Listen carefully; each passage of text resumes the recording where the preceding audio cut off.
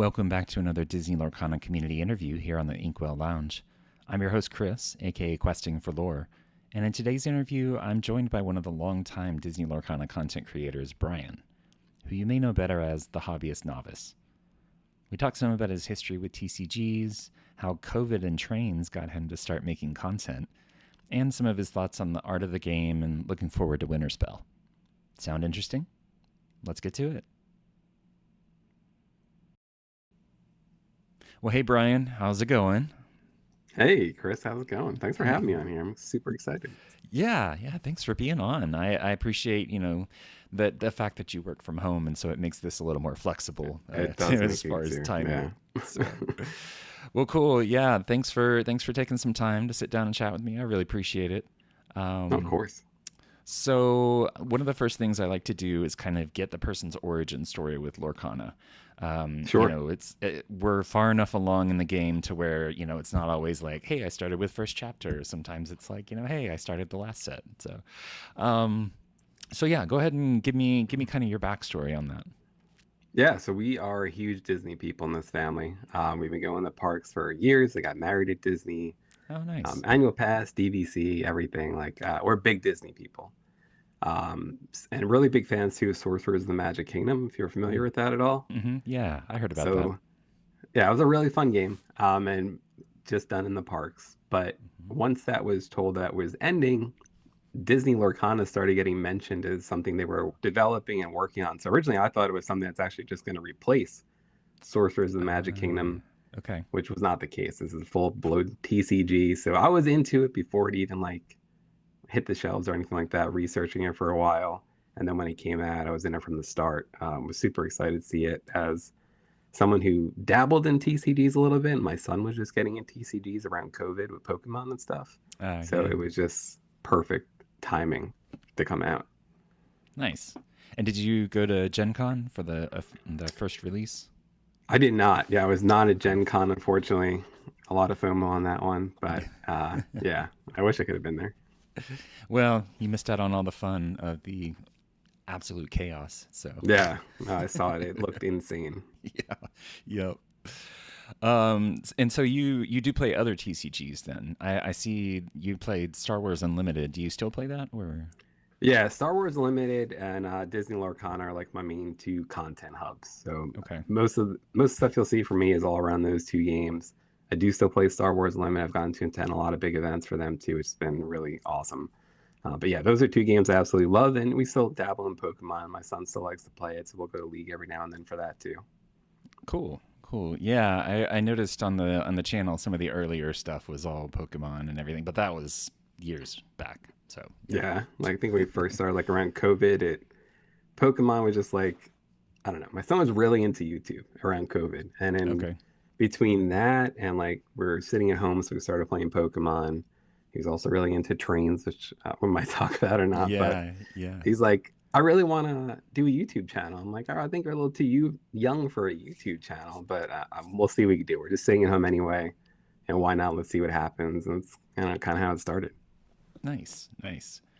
Well, since we're kind of straying that way, let's talk about the channel and talk about the other content that you make. So that was the trains and the Pokemon. That was about like 4 years ago, I think. Yeah, I think that was probably 2020, 2021, something like that, around that time frame. I know it was right around COVID, right Yeah. towards maybe the end of the year of COVID. Yeah. It's crazy that it's that long ago now. It It seems is like really it was crazy. just like last year sometimes, but Yeah, it was nuts. We were actually in Disney when COVID started becoming mm, known throughout, and they were shutting down the parks and everything. I think we were there the day before they actually shut down the parks. It oh was just wow. surreal. It was absolutely crazy. Yeah, I'm sure. After, seeing the parks just absolutely stuffed with people all the time, I'm sure Yeah. it's yeah. Now I don't know, did they didn't have it open like when the first shutdowns happened, they like cut it off. I think it was like was it like 2 or 3 days or something? It wasn't very long, it seems No, like. Florida wasn't very long, but I think California was very long. If I remember, I Yeah. thought California was almost a year or something like that. Oh, Disney World was really? not closed near as long. Yeah. Yeah, I remember hearing about it, and I was like, "Really? Already?" It's like, Yeah. I mean, theme parks, you've got people in close proximity and in closed spaces, which is, kind of a double whammy. So, Yeah, it was surprising. But yeah, yeah, I don't know if it's just like the Florida laws or it's California laws. California kept it closed for a while, yeah, but I know Florida it was not makes very sense. long. Yeah. Well, so you do stuff for your channel over on YouTube. It's kind of evolved over time. It seems like it's kind of Sure. still a mix of different, like there's still some Star Wars stuff, still some Hmm. Lorcana stuff, not really any Pokemon stuff anymore. I'm Yeah, guessing yeah. It's probably because your son just kind of fell off a little bit. But no, he still um, collects. I just don't do it as much. But yeah, I mean, just from working with Fantasy Flight Games for Star Wars and Ravensburger for Lorcana, those will always be there. yeah, yeah, definitely. So how did you get into like working with Ravensburger a little bit more? Because I see that you have like artist interviews and some of the things that other channels don't get a chance to do. And so I'm curious about that. Yeah, I've been lucky to be given opportunities for sure. I'm super thankful for it. Just getting to do interviews. I got to interview Ryan Miller at Hmm. D23 this past year. Multiple artists we've had on the channel. I think I mostly started a lot of Lorcana stuff other than pack openings, just really focusing on the artists because there's just so many artists in this game that are just so talented. And there wasn't too many. I think it was the Illumineers and myself at the time were the only ones who really were focusing on the artists. Hmm. So that was a cool little avenue to go into with so many different artists out there. And that's evolved more. I feel like things might have gotten a little bit stricter of who you can talk to, who you can't talk to right now. But yeah, I've definitely been given some great opportunities from Ravensburger between the card reveals, the interviews, yeah, and other things too. So yeah, I'm Yeah, very, very happy about that. nice. And you've done reveals for what is it, 4 or 5 sets now? Yeah, something like that. Yeah, And I do have one coming out for Winterspell too, which I'm pretty yeah. pumped about. So yeah, I've been again very lucky with that stuff. I'm super thankful for that opportunity to get to do stuff like this as often as I have. Yeah, definitely. Yeah, I got to do one a couple of sets ago, and it's like super fun. Just trying to figure out what you want to do, and some Yeah, of the reveals are like super like crazy big creative. productions. Yeah. Yeah, Oh yeah. Yeah. It's it like makes you feel a lot of pressure as you're oh doing. yeah, definitely. Yeah. It yeah, it makes me feel like mine was just like a reel or something or a YouTube short or it wasn't very like impressive by any means, but then I look at all the ones that it's like a whole skit and I multiple know people and it's and hard. it's crazy. So but yeah. And you're also you're doing the creative main stage this time. I think it's what is it, Yeah, early next Monday. week? Yeah. Yeah, I think it's Monday, the 26th. And I got to do that one last set too. So Mm. again, another crazy opportunity that is super cool. I know last time we talked a lot about the art and like the origins of how they came up with all the different art pieces for the set and the direction they went for the Enchanteds. And also for the last one was kind of cool as we talked about going into like the darker space of Disney, which they never did before. So, Mm-hmm. and now we have a completely different look for Winterspell, so it should be fun. Yep. Yeah, Winterspell is definitely a change from Whispers. I know they were kind of going for like as Disney of a ghost story as they could for Yeah, Whispers. Which I mean there are some Disney movies and stuff that are definitely a little more spooky than others, but I mean it is like a kid's card game kind of thing. And so, right. I mean not just kids, but here we are talking about it as No, adults. for sure. So, Absolutely. yeah. That's definitely a good mix. I mean, that's one of my favorite things about this. It is there's just so many families playing it, and that's really what delve Mhm. us into it. Like my wife would never play TCGs or look at stuff like that, and Yeah, here we are playing it at night a lot. So, and nice. that's been pretty cool to see too. So I just love how much family centric this game is. Yeah, definitely. So do you consider yourself more of like a casual player or competitive or somewhere in between? I feel like I'm somewhere in between at this point. I definitely was very casual in the beginning. I was not very much a competitive player. I Hmm. cannot stand on my own 2 feet against a lot of these competitive players. So yeah, I mean, I definitely find it in between. I like to definitely compete. I do play with meta decks now, where before I might have just did like theme decks and jank decks, fun decks, whatever you want to call them. Yeah. Yeah, it's definitely evolved a bit for me though. I've definitely gone more towards the competitive side than I had before. Nice. So, what deck have you played lately that you just really enjoyed? So I was on Blurple for a very long time. And this was the first set I got off of it just because I think I got too many people in my head saying Blurple is not very good this set. And then we got Yeah. to Richmond, and I feel like there was a lot of people playing Blurple. Yeah. And Yeah, there it was. absolutely wrecked the deck I did bring, which was Emerald Sapphire, which I did like playing. It was fun, but it's just not as much my style. Like I really like the Blurple feel. I like the blue steel feel, Mm. Sapphire steel. Hmm. But yeah, it was different. I like Blurple personally. That's just my favorite deck to play. Nice. Nice. Yeah, everybody's kind of got that one that like clicks, you know. And Sure. it does change over time, of course, but yeah. There's just some like, you know, I'll go look at decks and, you know, the reports will come back after the major events and it's like the top 10, you know, deck lists and stuff. And some of them I'm just like, how do you even play this? I don't really understand But the yes, lines and without a guide, you know, like right, Metafy or just a video, you know, sometimes you just need somebody to walk you through it. And for yeah, sure. otherwise you're just like, that's not my play style. That's not, you know, the kind of thing I enjoy. And then you go find another deck that you really enjoy and, you know, have Yeah, fun playing that. So and get wrecked.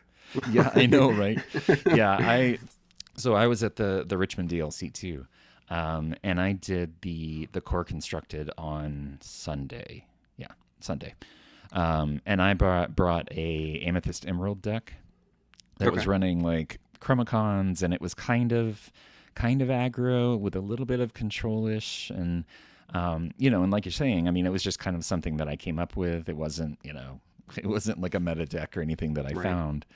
And yeah, absolutely just got wrecked. So it was fun though, Yeah, you know. yeah, that's what counts. So like a couple of days before Richmond, you follow Harley and Sweet at all? Yeah.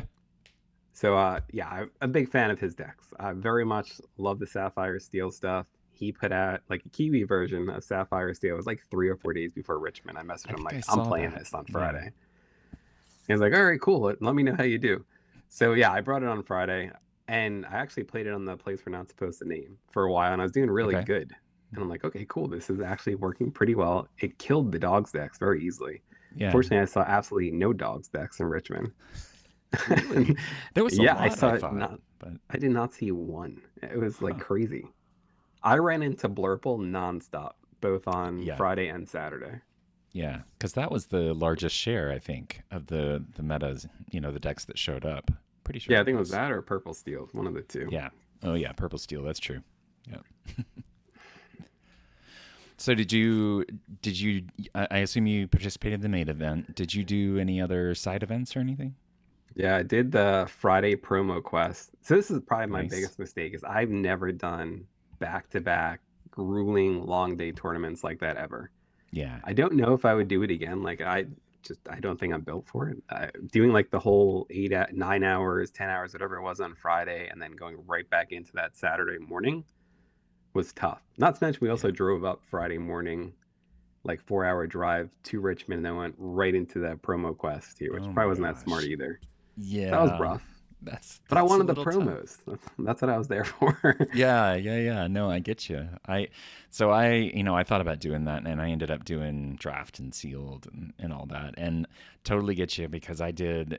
It was just two things, but it was basically all day long, Yeah. and you know, and it just, yeah, it was brutal the next morning. That was so tough. And then Yeah. between that, like when your round is over, and then when they went to time and you're still waiting like sometimes another 45 minutes to get that next Hmm. pairing, it was like every match ended up really being like 2 hours compared Yep. to like the 1 hour. And that made an 8 hour day almost like a 12 to 14 hour day. It was tough. Yep. I'm sure. Now, y'all didn't like drive back at night, right? You stayed there, I assume. Yeah, we stayed in the city Okay. for those couple days, thankfully. That would have been tough. Originally, I actually was going to drive back and forth every day because I didn't want to pay for a hotel. But then we Yikes. decided, now we're going to stay. Yeah. So Good call. four of us split a hotel room, thankfully. Nice. Nice. Yeah, it was a good event. How did you feel it ran? I loved it. Yeah, Yeah. it was my first challenge that I got to go to. I'm really excited to go to next one. It was pretty much everything I wanted it to be. I think for the most part, like it was really cool to get to meet the artists. It was really cool to just get to like Mhm. play against people who, love the game, are obsessed with the game. It was awesome to see all the promos in person and all the different things you can win, meeting different people. It was great. It was a great experience. I really did enjoy it. How about you? Yeah, it was good. It was fun. I haven't been to a DLC since I guess Atlanta, which I mean it's forever ago now. Um, Yeah, but yeah, it was good. I felt like Pastimes did a good job running it. I'm sure they learned quite a bit from their first major event. So, right. but it was good to see like the Young Illumineers section. An actual Ravensburger booth was cool Yeah, for the that was collection nice. quest stuff. But it seemed like it went pretty well. My stuff that I was in, the side events, it ran a little, like you're saying, there was a lot of time sometimes in between rounds, Yeah, um, but I was running around doing like interviews with other folks. And so, that just gave me a little bit of extra time to go grab somebody or that's find true. somebody Yeah. that I kept meaning to talk to. So, but okay, so I do want to we kind of strayed off topic here, so I want to Yeah, no bring it back worries. around. Sorry, that's my fault. I tend to like ramble I and do the same thing. stream of We go all over the consciousness. place usually. Yeah. Anything I do. Okay, so you've been working on the YouTube channel for a while. You do some short content as well. It seems like a lot of that is focused around like pack openings and Yeah, I'd just say for kind the of most part. real quick stuff. Yeah. But you've also, and I forget, I don't think I noted how many episodes it is now. But you've also started doing the Play Lorcana podcast with ZBexx. Yes. Yeah. So how did that get started? Are you all just friends in real life, or how did that kick No, off? actually, we were talking for a while. We were trying to figure something out, and we just kind of came together on this idea. She did Lorcana Academy before, which a lot of people are Hmm. familiar with. And I enjoyed doing the Lorcana Hobbyist podcast that I had for a little while with Cameron, the Lorcana curator, who, kind of left space. And it just seemed kind of natural. We were talking back and forth of things we could do together. We worked on a couple of videos together. Before we did the Play Lorcana podcast, I think we did some starter deck battles together on her channel. And I Mm-hmm. want to say we did something on my channel too, but I don't remember what it was. But pretty much it's been awesome. Yeah, I love working Yeah. with her. She's super easy to work with. And really cool seeing to get her to cast in Richmond too, which was really Yeah. awesome to see her get that opportunity. Let's put out some of the most amazing cosplays you've seen if you guys aren't familiar with her too, Yep. for the Lorcana space and a lot of the Magic space too. And we're really ramping up the Play Lorcana podcast stuff over the next, really probably next couple of weeks here. We're going to start Mm. going weekly. We were going Ah, bi-weekly. Now we're going to go weekly. So we're going to hope to do 2 episodes of playing each other, whether it be with meta decks, beginner decks, fun decks, and then 2 like talking head episodes where we talk about news and stuff like that also. So okay. yeah, we're definitely ramping that up a bit. We were having everything on my channel, but we just thought with ramping up everything, it made sense at this point to just make its own YouTube channel now because Hmm. YouTube also has that collaborate feature, so you can Yeah. still get on both of our stuff either way. So yeah, we did launch the Play Arcana podcast YouTube channel, I think like 2 days ago or something like that, where we'll start Okay. housing everything there. Okay. Nice. Are you gonna migrate the current videos over to there, or are they just gonna always stay on your channel? I think we'll probably just keep them on there for now, and then because we could just do the collaborate feature for the new YouTube channel on there too, so they still Yeah. can get in there as well. I'm glad YouTube put that out. That was like so needed. Yeah, I didn't even know it was a thing until actually after Richmond, and somebody was like, "Oh yeah, can I add you as a collaborator?" And I was like, "A what?" I was like, "Okay, They don't sure." And then promote it I at all.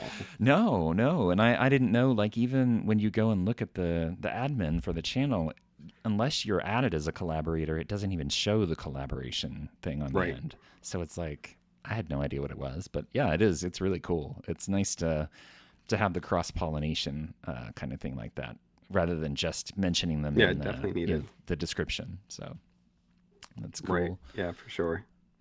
So so, what is kind of the intent behind the Play Lorcana podcast? Is it? I know you kind of described, the ramping up of it. It seems like Hmm. for now, it's been more of like the talking head kind of thing, where y'all just kind of Sure. discussed all that. Was there ever any like wider vision for the podcast, or is it just kind of let's just evolve it as we go along? I think it was a little bit of evolve as go along. I think we did talk a lot about doing teaching stuff inside of it too in the Mm-hmm. beginning, and that's something we're going to lean more in. One thing I want to do with every set that comes out, I just kind of want to do like a refresh. Like here is how to play Disney Lorcana. Here are the new keywords that you might be looking for in this new set, and how to play those keywords. So we're going to do a lot of learn to play stuff on there. We're going to do some learn to play sealed stuff on there as well with Winterspell, and just going towards all the different ways you could possibly play Disney Lorcana. Okay. Yeah, that's really cool. I think, there are some like random I usually end up seeing it on like Instagram or, something the short form content where it's like, here's the new alert keyword, let's talk Right. about that. But it's like this isolated little thing. So I like that idea. I like having something that you can point people to and say, if you're going to get started with Winterspell, here's, kind of your guide. Because we did get some new stuff already. We've got like we don't have the whispers anymore, so you don't have to worry about those. I mean, you've got them if you want to play the older cards, Right. previous set, um, but yeah, it's interesting to see like they're really leaning more in on the like the choose kind of cards, where it's like you can either, and it gives like two or three things, usually it's one bad thing for the opponent and one good thing for you, or it's interesting. I wouldn't have thought they would have gone that direction, but I mean it makes sense, right? Yeah, and I like too that they're changing the beginning of the game a little bit with some of the cards too. I think on Mm-hmm. one of the reveals we saw that now if you go second, you have a character that could possibly, as if you were going first, have that opportunity to play a character that's kind of on the same aspect as if you were going first to help, maybe change the lines a little bit for yourself, which is cool. Like I like to see that they're bouncing. I feel like Winterspell is a very different set from what we're seeing. Like I feel like we're seeing more powerful cards. I like what I'm seeing so far. So I don't know, I'm really excited for Winterspell. I'm also Nice. really just excited in general for Darkwing Duck. So I know they finally released some of them. The one interesting thing I didn't even notice this until somebody pointed it out, that the I think it's the steel one. He is a shift but not a floodborn, which I think is a first for this right, set. yeah, he is Um, a Storyborn. yeah, which is kind of cool. And and of course then you're like, well, how does that work? And and people like they're asking in the main Lorcana Discord and everything, and Rochelle is like, you'll just have to wait and find out. It's like, oh, don't tease us like that. But no, that kind of stuff is always fun. Like with a new set, there's new story, there's new Right. little things, especially on the art side. Um, sometimes you don't even notice it until after. Like with Ursula, you go back and look, and oh, there's all the little tendrils and the stuff that Yep. related back to her, like even first chapter, which is really cool that they do that, and they focus on that kind of stuff on the art side. Yeah, I think it's gonna be interesting too. Like these books coming out in a couple of weeks, that it's probably gonna give us so much more in-depth thing that we probably didn't even notice. The Yep. stuff they did within the cards and the story, which I'm really excited. I love stuff like that. Oh yeah, yeah. I hope that it's like, I know there's like a good chunk of it that's just like a card, catalog basically, so you can track your collection and Right. stuff. But I do hope that there's like the behind the scenes kind of stuff about the art, more so than what we've already gotten. Like in the Lorecast the other day when we got the behind the scenes of the oh god, which card was it? The Pocahontas? No, I No, can't the forget. Elsa, Yes, the Elsa one. Yes, that's right. the Nicholas The, Cole one, yeah. yeah, that's right. With the kind of flower, Hmm. inspired. Yeah.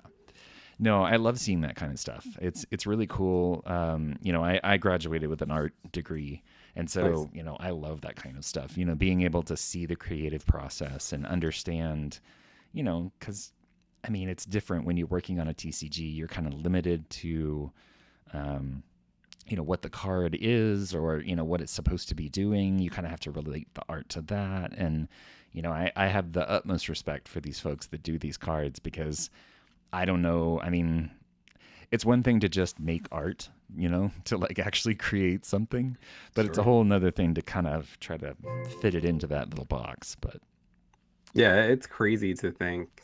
It's also really cool to see like the full art versions that they'll release and comparing Hmm. to like what you see in that little box. It's another reason I'm excited that they went to like the epic versions of cards, so you get a little bit more of the full art and really admire it a bit more than what you might see in that little box too. Yeah, definitely. And the variations, like the Huey, Dewey, and Louie foils from 2 sets ago, I think, Right. where it was the The single piece, connected. the connected. That there you go. Right. Um, yeah, it's so cool. Just the flexibility of it. I said locking it into certain requirements, but there's also a chance for variation.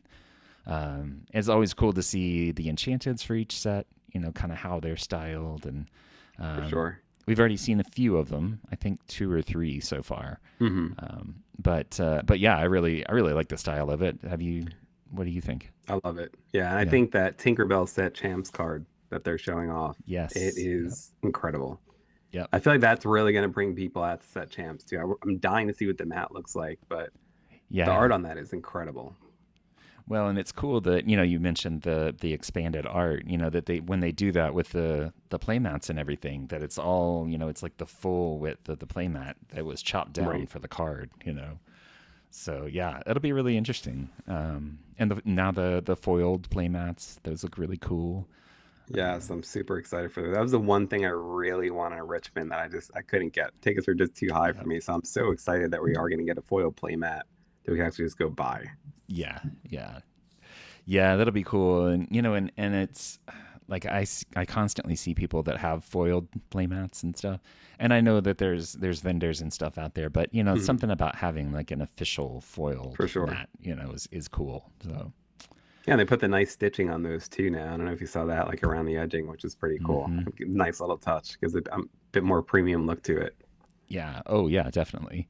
I haven't had like, I keep them, you know, relatively like, I have my playmats out here, here at home and everything, and I don't like pick them up and put them back and pick them up and put them back. But I do have the one that I take for League, and it is getting a little worn around some of the edges, just Yeah. going in and out of the tube. And I noticed it at Richmond. So So hopefully, it would be cool if they brought that stitching to all the playmats. It's nice. Yeah. yeah, yeah, definitely. Um, and I think that's probably one of the things that, like, as the sets go on and the game grows, and and they get more of a budget around it, that they can actually kind of improve things that way. We got all sorts of new foils and new types of foiling, but it took a couple of sets to finally get there. Yeah. Which is cool, and it's, I think they said it like in the main stage for the last set or something, that they definitely did want to improve the pack opening experience, to give it a little bit of an extra kick, with epics and the Yep. whispers foils, and there's all sorts of interesting things that that have come up in the last couple sets. So, Yeah, and I think it was definitely needed. Like one of my favorite things about opening Pokemon cards is like there were just so many opportunities for so many different types of cards you can get. hmm. So I love that we're going to get more of that full art look. Hopefully, maybe down the road we'll get more of that alternate art, like a smaller set within the set that's not exactly enchanted, but I don't know, anything more to like make that pack opening experience awesome is what I Yep. like to see. Yep. Well, and I love that they did little things like, the Bruno card in, I think it was set 8 or 9. I think it was 9, where they just didn't say anything about it, and then people Right. started opening, and Number it's like, zero. well, yeah, but we don't talk about Bruno. And I was like, ah, that's That was cool. perfect. Nice Yeah. little touch. Yep. That was pretty funny. I could tell Rochelle was like really like waiting for people to open those packs and find one. So, No, that was cool. That was a cool touch. yep. Yep. Yeah, I'm looking forward to to Winterspell. It seems like it's a great set. The stuff that's been revealed so far, I kind of wish that they had stuck with some of the whispers. I think they probably could have worked them in a little bit. Now that being said, we haven't gotten all the reveals, so there might be Right. something Never in know. there. But it seems like that was kind of a one set kind of thing, especially with the spooky kind of theme to it. Right. But Yeah, keeping I'm the boost mechanic. I mean, so we are yeah. still getting some of it at least. But yeah, the whisper foils were such a nice touch too. Like talking about treatments and stuff. Those looked amazing. Yeah. Oh, yeah, definitely. And I remember when people were first opening the packs and stuff, they were like, "What is this? What's this foiling? Is this some kind of mistake?" It's like, no, that's intentional. But Yeah, those are great. yeah, I am glad that they're keeping the boost mechanic. The deck that I played in Richmond that I took, that Amethyst Emerald one, had a couple of the whispers in it, and it's like when used correctly, it's like really cool. Like I hit against in a draft on Sunday, one of the on-demand events. One of the guys that I played had the Simba whisper. Hmm. And I kind of like, I hadn't really paid much attention to that card until it just absolutely dominated me. Yeah, and it's a big card. That was, and not even just that card, like the ability, boost it, and then you get to pull off the top like the old Simba, and of course I think he had like 2 non-character cards in his draft deck, so worked out pretty well for him. Not so great for me, but Oh, that sucks. Yeah, there were some great whisper cards. There was even that little John that doesn't really see too much play. I think it's a 6 cost unequal, where yeah, you can end up getting almost like 9 lore a turn if you can get up to him enough, yep, which is pretty cool. So I love seeing stuff like that. yeah. I played him in a deck at locals, and I actually managed to get 2 of them out at the same time. And Oh of wow. course, by then it was just like Yeah, over, just boost and then turn that's and crazy. boost. Yeah, so it's pretty fun though. So I do want to ask, I got way off again, but That's on all right. the whole, it is. I mean, it's just kind of the flow You're of just talking. Yeah, it's conversation. fine. It's normal. Yeah. But no, I do want to kind of touch on a little bit more on the content creation side. Sure. So I have to ask, you kind of mentioned why you started the channel, with the COVID and, the Hmm. model trains and everything. I'm curious, what is one of the most major things that you've learned so far in the past couple of years you've been doing it? I think the biggest thing I learned so far is to just film things, honestly. Like, I just feel like just doing it is what you got to do. Like, if you're thinking about this, if this is something you're passionate about, or something maybe you're not even passionate about, just want to do it as a hobby or anything like that, Hmm. but it's something you think you would like to do or have fun with, but are struggling to feel if you're going to make anything that anyone wants to watch, who cares if one person watches it? Who cares if 10,000 people watch it? Like, seriously. Yeah. It's just so cool to see something you created, you edited, you put together yourself, and it's out there for anyone who might want to watch it or pick up on it. Things will find their way. Like, if you continue to put stuff out there, it will find its way to someone. And like, I Yeah. remember putting out my first video and I saw like it had like 10 views after like 2 weeks. I'm like, wow, that's super cool. 10 people wanted to watch this stuff I just put out. That's like nuts to me. And I just think that is just so crazy. Like, as someone, like, for me personally, like, I wanted to write movies, I wanted to direct movies, I wanted to do stuff like that growing up. Hmm. So like, this was my outlet in the sense of getting to do stuff like that. Like, in a sense, doing like the vlogs or whatever. They're like little personal films and stuff. So it's pretty cool to, like, for me to just do stuff like this. And honestly, all I could say is just do it. Yeah. It's a lot of fun. It's rewarding. If it's something you're thinking about doing, just do it. Nice. Nice. Yeah, it's and I've talked to a bunch of people, and that was one of the major pieces of advice is like, just get started, because it's easy to to think about it. And I was actually talking to my wife about it the other day, because she was talking about doing something. She's like, "You seem like you have so much fun, creating this stuff," and so she was like, "But I don't know if I can get started doing it. I'm not sure." But I think that's the kind of thing that like paralyzes a lot of people. Yeah, They look at the for sure. content or they watch, listen to podcasts and watch videos and stuff, and they're like, trying to compare what they would create to what other people are creating. And it's so hard to not do that. For sure. Yeah, it definitely is. I mean, with seeing, if you see someone being so successful and you're wondering why you're not, and you're in the same space, and you might have, maybe you're even doing it longer than they have, and you're just not getting those numbers. I could say, like, don't look at the numbers, but it is hard to not look at the numbers, Yeah. honestly, at times. Like, you're putting it out there, you're putting the time in. You don't want it to seem like a waste of time. And I think for me, I've kind of looked at it more as a hobby for myself. So maybe that's why Hmm. maybe I look at it a little bit different. Like, it's not my full-time job. I'm not really making anything crazy off this. It's just for fun. And it's Yeah. gotten me, though, a lot of cool experiences. So things that you might not think you get to do, maybe you do just by constantly putting out that content. Mm-hmm. And it doesn't matter. You don't need $1,000 camera to get started. Use your phone. Like phones Yeah. nowadays are just as good as some of the cameras that are out there, honestly. But Oh yeah, I mean, yeah. it's definitely a crush looking at what other people do versus what your channel might be doing. Honestly, I'll try a lot of times to not watch a lot of what other people do because I don't want to be influenced what they do, Yeah. and I just want to do my own thing. Yep. Yep. I can't blame you. I mean, it's so easy, to, like I said, to kind of compare yourself to others and in the content that you're making. And there is a lot of, there is a lot of variety. There's, Sure. you've got people that like this kind of show where it's just, sitting and talking and chatting about stuff, whether it's the person that I'm talking to or the game or, like a meta report kind of thing, and then you have like the tech ones where it's like deck reviews and, and the really like more hardcore competitive kind of stuff. But to be able to have such a variety, there's not only one kind of content that necessarily works. Yeah, because definitely. I know a lot of people just don't like, they wouldn't want to do deck review videos or anything. It's just not their jam. So Right. I think I just dated myself using that using that slang. Oops. No, I completely agree. And I think that's what's cool about the content creation. There's a space for everything Yep. because you make it your own. So it doesn't matter. Maybe you want to do a mix of everything. Maybe you just want to do interviews. You make it your own. Yep. Definitely.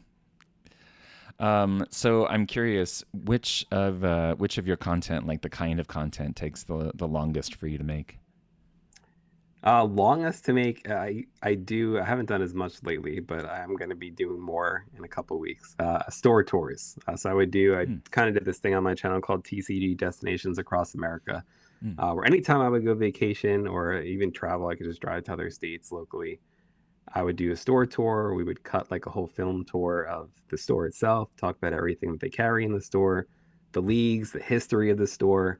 Those took a while to cut because it usually would end up being like 3 hours, 4 hours of footage that break Oh down to my like a gosh. 20-ish minute video. Oh wow. So yeah, those were hard, Yeah. Yeah, I could imagine. Yeah, it's but fun. Like I love doing that stuff. oh yeah, no, that sounds really cool. And I haven't really heard of anybody, doing something like that. And I know there are so many stores out there that, Yeah. would benefit from being, spotlight like that. And, and even just getting to know the people. Like there's so many different people that have started stores for so many different reasons. And, I just talked with Rachel Carter Quests. And she and her husband actually run a game store. Nice. And it was just kind of one of those things where they were like, we should open a game store. And, and it was like, okay, let's do it. But I know there's people that have like a little bit more history behind it. So, yeah, I look forward to those. I'll have to keep an eye out for them. It sounds really Yeah, cool. it's what's cool. Like even there's one locally to me like 20 minutes from my house. It was actually like a chess store, Oh, and the guy actually grew up there playing chess there, and then he bought it from the previous owner and put it into now a chess and TCG store. So it's like hmm. it's so cool to Okay. get like the different history of things. Like I'm a big history person. Like I love to hear like the origins and stuff, how people came to what it was. It's just fun to listen like how people got to where they are currently to me. So I don't know. I love Yep. doing stuff like that. Nice. Yeah, that sounds really cool. I know there are several stores out there that also do their own content. They create, Yeah. like little stuff, for Instagram and TikTok and all that. But there's some that also like do like actual shows, like sit down shows and interviews and everything. So it's really cool to see the flexibility for that as well. To have that as a part of the selection for the content. No, I love that. I think one of the stores I go to when I go out for work in Ohio, yeah, they have like all different types of shows they do in corporation with like their actual store. They actually have an area in their basement where they have like a whole recording studio and they play Wow. games. They talk about like news and stuff within the TCG community. They also just talk about life on some of the shows. So I don't know, Yeah. it's cool. I love stuff like that and them really building out their own brand. Yeah, no, that's really cool. And I guess in your little feature series that you're going to do, you'll find hopefully more of those kind of things. So share it Yeah, I with the hope wider so. community. Okay, so we talked a little bit about Winterspell already. Is there anything that you've seen in the reveals so far because I know we're like right in the middle of it, basically. Or Yeah. well, no, I guess we're kind of early on because the actual release or the lorecast for it was Monday, right? I think. Right. Yeah, sort of Yeah. same week as the Lorecast. Got another Yeah. Lorecast thing today as we're recording this. Yep. Yep. That's true. And so, is there anything like that has really caught your eye about the set that you're looking into excited to explore? I guess. Yeah. So I know I probably talked a little bit about earlier, but I am a huge Darkwing Duck fan. So when they first Yep. announced that this was coming, I don't care how good the deck is. I don't care if it sucks. I am building a Darkwing Duck deck, and I will be using that nonstop for this entire set. I'm gonna figure it out. I don't care like how bad it is. Actually, it doesn't look too bad from what Mm-mm. we're seeing so far. So it looks like it's gonna be Sapphire Steel from what Yep. I'm currently seeing, which I'm happy with because it's a color combo I play. But yeah, I mean, I love that legendary Darkwing Duck. Mm-hmm. The art on it's amazing. I love its ability that he can challenge ready villain characters too. So I feel like there's a lot to explore on the Darkwing Duck side. I'm also curious to see like how much from Darkwing Duck we're gonna see. We already saw a lot of different cards from the series itself. So I feel like we're not just getting Darkwing Duck, we're getting a little bit of everything from the show. Yep. Yeah, it'll be really cool to see because I know, like in the past they did like the Gizmo duck suit and, Yep. and there's like little stuff that kind of got sprinkled in. But yeah, to be like full on, because I loved the cartoon when I was growing up too. It was great. But there's so much like world around it and different villains. And, I think we got Negaduck We already. did get Negaduck, yeah. Yeah. And I I think think when there there was one one more. other one I thought. Yeah, I Yeah, forget who I it was kinda, though. I did see it yesterday though. yeah, I think, and there's also like some random side characters, and to kind of fill in the gaps, and again that whole mentality of like,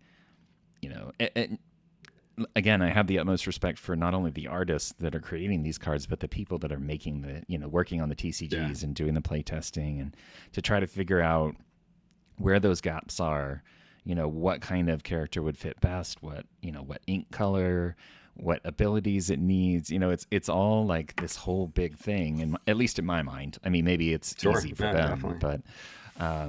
but to try to figure out, what characters to apply certain things to, and whether something needs to be an item or an action, or yeah, it's wild. So yeah, I look forward to seeing what kind of things are going to be coming out over the next couple of days, Darkwing and Yeah, otherwise.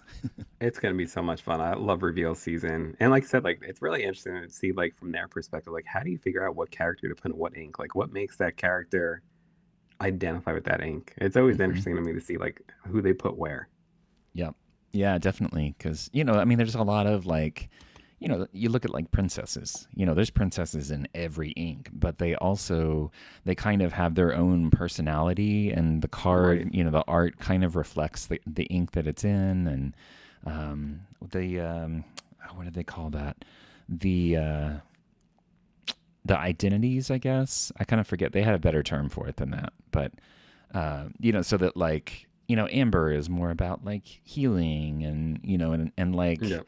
nice kind of things, and then Amethyst is a little more magic-y, and, so it's interesting to see how they fit those things in.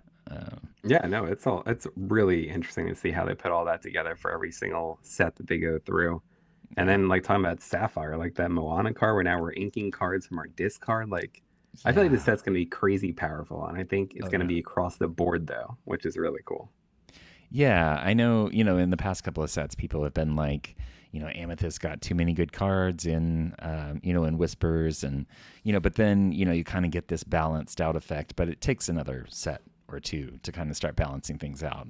Um, I know there's a lot of Amber lovers out there, myself Yeah. included, that are kind of, been disappointed the past couple of sets. So we'll It seems see. like it's coming back. I mean, we got Yeah. some couple reveals already that look pretty good. Yep. Yeah, I'll be really interested to see like once the full reveal season is done to kind of see what people are already starting to brew up. It's it's wild to me to think that there's people out there that as these cards are getting revealed, they're like mentally working on decks, and it's Literally. like Yeah. oh, I can swap out this card and replace it with 3 of this one, the new one from Winterspell. And yeah, It's wild to me that my brain just doesn't work that way. So, It doesn't. Yeah, me either. I wish it did at some points, but yeah, mine doesn't either. I have to see everything laid out for me, see what mhm. I'm currently playing, and see what I can like pinpoint here and there, what I can swap out. But we'll see. Yeah. So are you the kind of person that has like a kind of deck or a structure of a deck that you like and you just kind of swap out cards, or do you just throw it all and then start over again with a new deck? I think mine's a mix. I think for like my Blurple deck, it was like a structure for the past three sets, and I was just kind of swapping out things here and there. Hmm. Um, Sapphire Steel, kind of the same thing. So I guess I do kind of have like two decks I usually structure. And then if something else color combo comes out that I really like I started building Ruby Amethyst with this past set too. Yeah. Then I'll just, put it all together. But I definitely do have two that have like, I don't know, a skeleton of sorts. Mm-hmm. How about you? I'm actually usually more of the opposite. I tend to like just trying new things. I'm not a great deck builder, and so whenever the choice between like taking a deck and just kind of updating it, or just going for the new shiny, I'll usually go for the new shiny, Sure. and and try it out. I Completely did fair. I did Steel Song for so long, like when I first started out, and kind of got burnt out on that. And so I think hopping around is just kind of become a pattern for me. But there's just so much new stuff to play with. It's hard to like Definitely. justify just changing out a couple of cards, at least in my No, it's opinion. fun But to always play with all new stuff, especially when new sets come out like that. It's always fun to explore and see what feels right for you. yeah, definitely. So are you more of a constructed fan, or do you like more on the limited side, or? So I really wish they would do like a DLC limited. Like I love sealed play. That's my Yeah. favorite. Like I feel like you're on the same playing field for the most part with everybody because you never know what you're gonna get until you open those packs. I love Yep. sealed. Personally, that is my favorite way to play. How Nice. about you? Yeah, it's kind of a mix. I did, like I said, at Richmond, I did a bunch of draft, a bunch of sealed stuff. I did the one that I really enjoy, and I did it in. Actually, I was in Milwaukee. Sorry, I kind of forgot about that when I said the last one I went to. Whoops.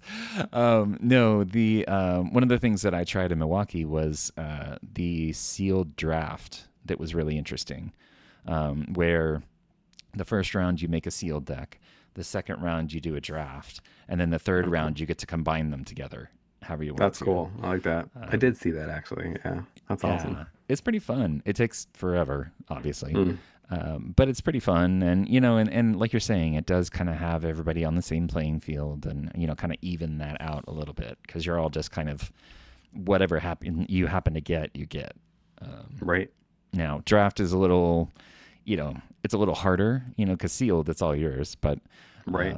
But it's like, and I talked to some folks in my last episode that, it's like a whole different skill. Playing constructed really well is a skill in itself. But then being able to like get handed a group of cards and pick the right one or pick the one that you want the most or something. It's always it's difficult, but it's fun, to It be able is. to Yeah. like exercise a different part of your brain a little bit. No, yeah, I love sealed. And then, yeah, I don't know. It's just a lot of fun. I really wish we can get a sealed DLC because now we're doing the Infinity DLC. We have the Hmm. Constructed DLC. I feel like sealed is like that next limited. I would love to see a limited DLC personally. I think it would be so Yeah. much fun. Yeah. So, do you think it would be where you would only do, like for a draft, you would only do the draft once, and then you would just play the rest of the time with those?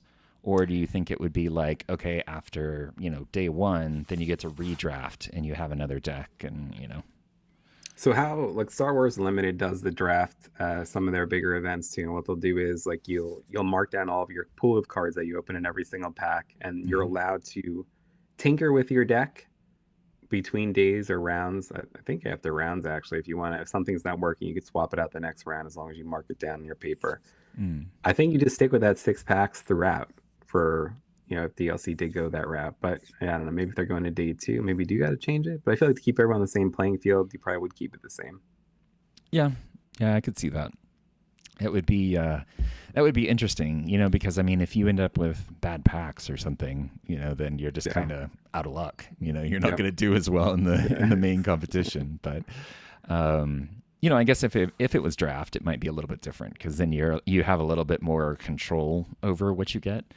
Sure. So yeah, it'll be interesting. And maybe it'll be Maybe that'd like be cool. an official side event that goes at the same time as the constructed or something. But Yeah, like that would be cool to even do for like promo quest. Like instead of making mm, promo quest constructed, do it as like a sealed. That would be so cool. yeah, that could be really fun.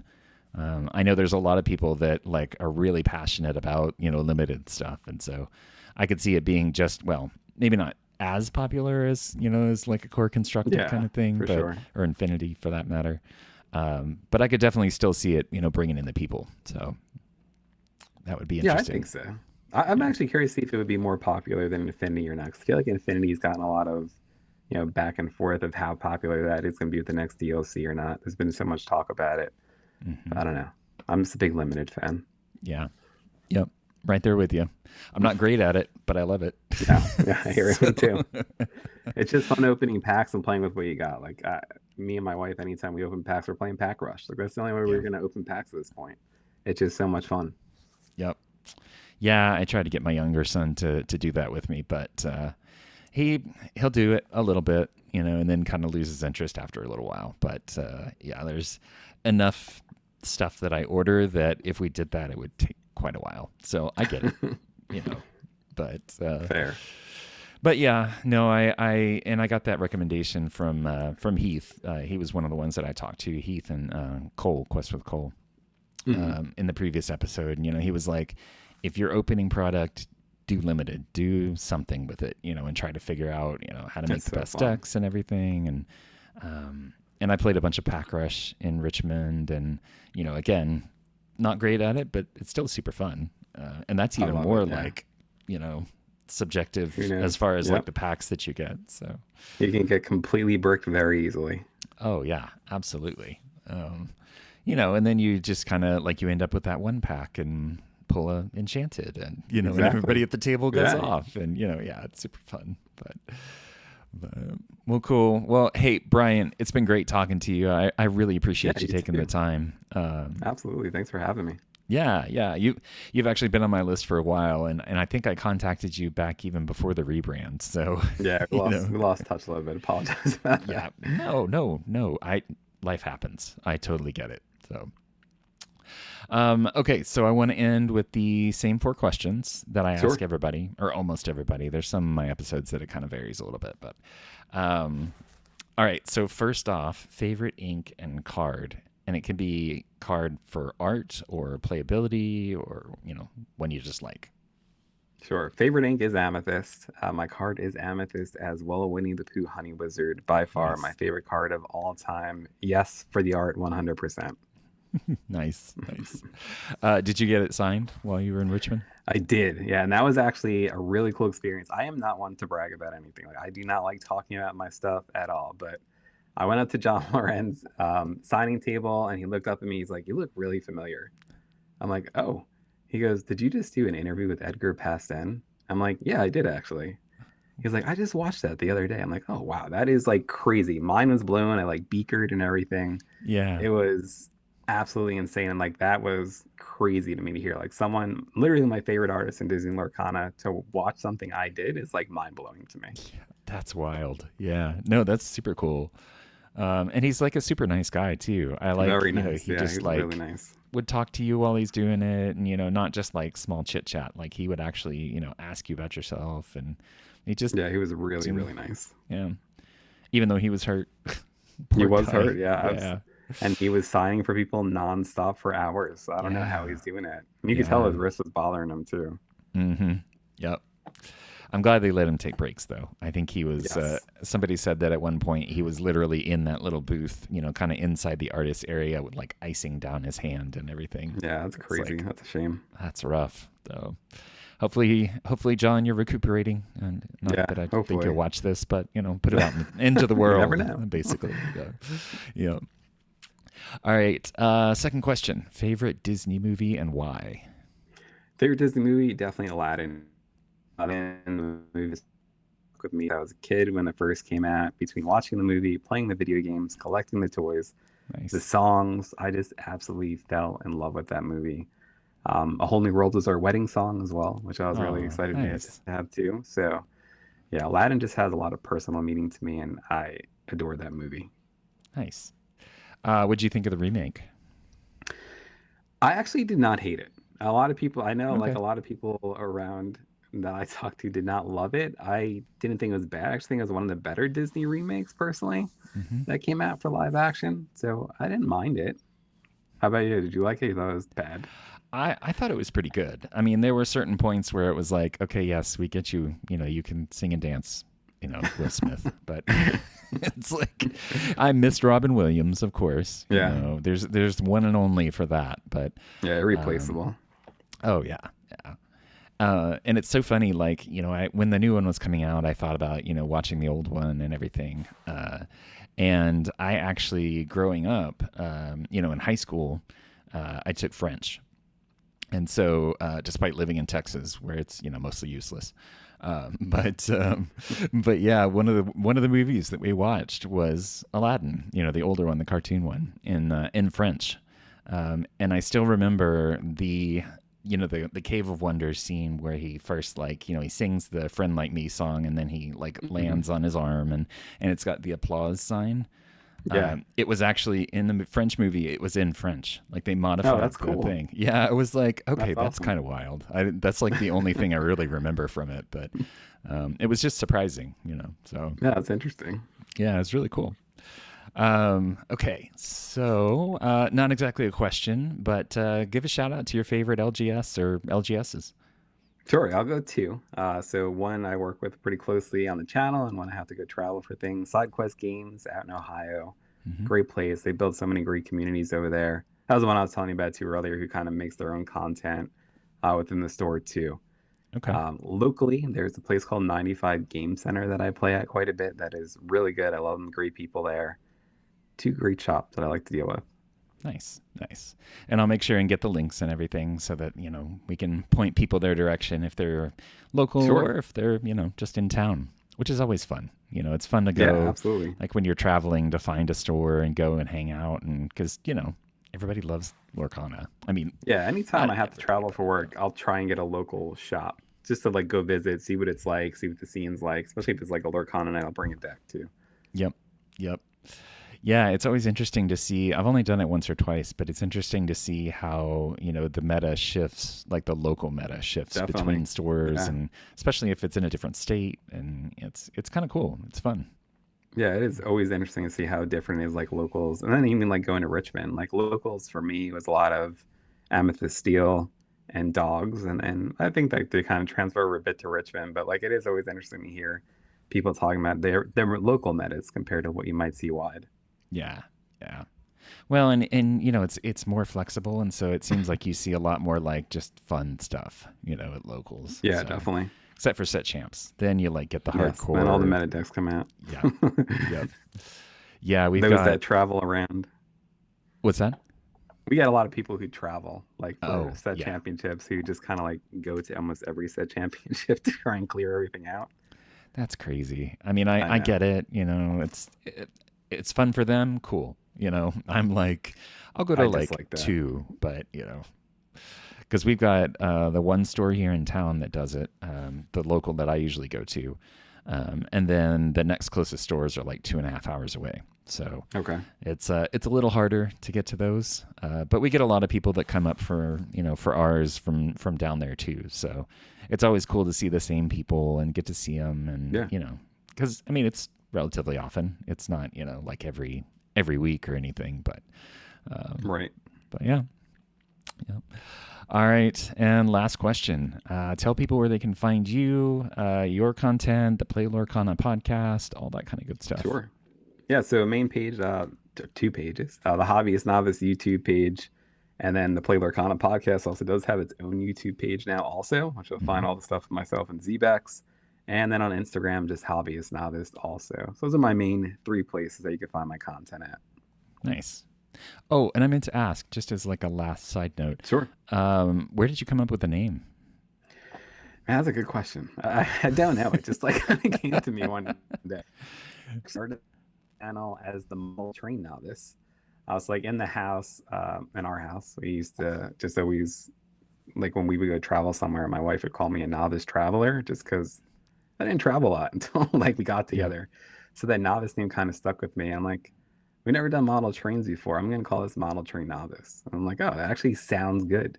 And Yeah. then I'm like, all right, I don't want to just do trains anymore. I want to get into TCGs. I'm gonna call this the hobbyist novice. There And you it kind go. of stuck. And I thought it sounded pretty good, so why not? Nice. Nice. Cool. All right. Yeah. I'll get all the links for that stuff too. Make sure it's all Cool. down in the description down there. That's as a good creator, I have to do that, right? Point down to the Yeah, I description. gotta Yeah. down below. Yeah. Yeah. All right. Cool. Well, Brian, thank you again so much. I really appreciate you taking the time. And Of course. Thanks, Chris. we'll see you around the community. All right, thanks for having me, man. Talk to you later. See ya.